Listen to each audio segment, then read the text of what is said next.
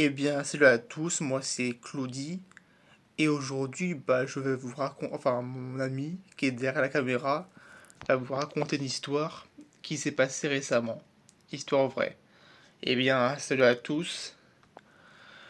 Eh bien, alors je vais vous raconter cette histoire. Alors, ce qu'il faut savoir, c'est que dans ma famille, j'ai un membre de ma famille qui est neurobiologiste. Voilà, en fait, c'est un métier, en gros, je crois que c'est un métier en rapport avec le cerveau. Enfin, de ce que j'ai compris, c'est ça. Voilà. Mais malheureusement pour lui, il risque d'être viré, enfin d'être licencié, quoi, car il a été absent plusieurs jours, mais sans prévenir. C'est-à-dire qu'il n'y avait pas eu de justification d'absence. Je sais pas si ça se dit, mais c'est pas grave. Voilà. Donc voilà. Ce qui fait que cette personne-là m'a beaucoup appelé, il m'a beaucoup appelé pour que je lui donne des conseils patati patata.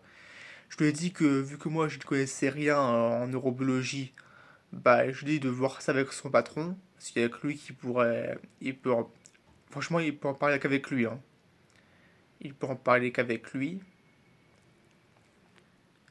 Après, je lui dis t'inquiète pas, si vraiment il se fait virer, vu que c'est un neurobiologiste très compétent, enfin qui est très compétent dans son métier, pas de panique, il pourra toujours se retrouver un taf en rapport avec la neurobiologie et, euh, et du coup apprendre de ses erreurs.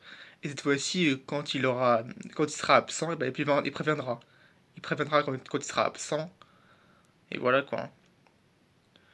En tout cas, si tu as ce message, si tu as ce message, cette personne-là, dis-toi que même si tu te fais virer, t'inquiète pas, t'es compétent et tu retrouveras du travail. Ne t'inquiète pas. Allez, salut. Allez, ciao.